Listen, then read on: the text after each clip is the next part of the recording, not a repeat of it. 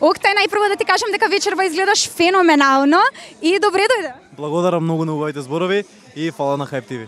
Бидејќи денеска ти не носиш маска, ева да те прашаме тебе, дали мислиш дека луѓето кои што не носат маска или тие кои што носат маска сака да прекријат нешто кон себе? Не, затоа што имам маска, ме ја заборев.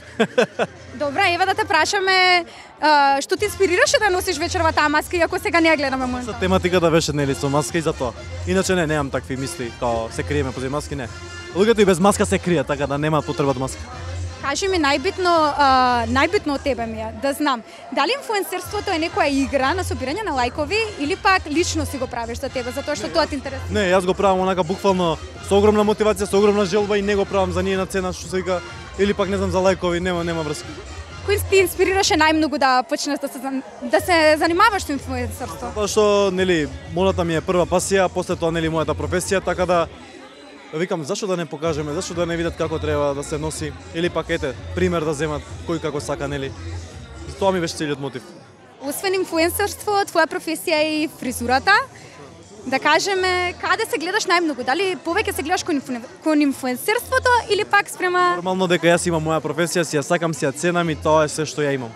Мислам, многу ја сакам и значи тоа е нешто што ме држи на нозе и што ме води. Ова ми е секундарно, као Дали си блокиран за нова година? Од сега све е блокирано, тоа си викам, боже, викам како не направи простор малце да живнам јас, затоа што треба ми ја да славам нова година. Ама окей, само така нека е. И посакувам се најубаво. Искрено да те прашам, патуваш многу често. Гледаме дека константно патуваш, ставаш премногу сториња.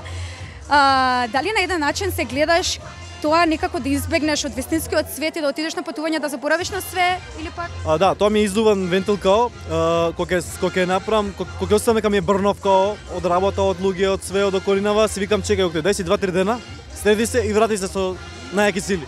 И така испаѓа секогаш. Ем по мотивиран сум, ем по желба за работа, желба за средување и све, затоа што надвор не само што патувам, многу учам. Кај што ќе седнам, кај што ќе има луѓе, обавезно пратам што како се облечени, како се редене, коса, шминка.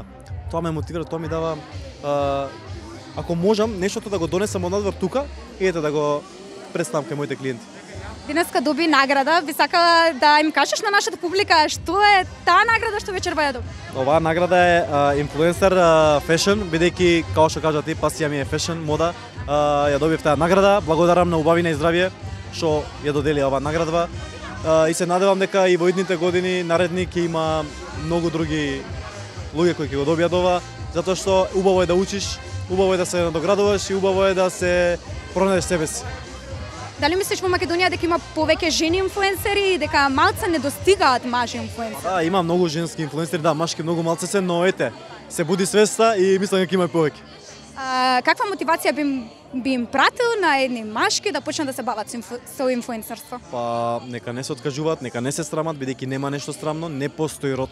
Тоа го кажав и во претходните мои интервјуа, не може да има род за некоја работа, затоа што ти тоа го правиш од душа, од желба и не може да постои. Зашо да постои? Прави го тоа што го сакаш, никој не може да суди, никој не е повреден само од себе и од твоите желби. Толку.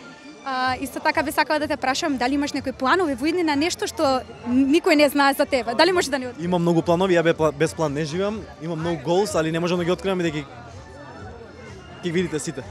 Бидете со мене, тука околу мене, секако сте, ќе видите, ќе споделам се. Ти благодарам премногу за искрените. Благодарам на вас и пресладка си. Фала ти.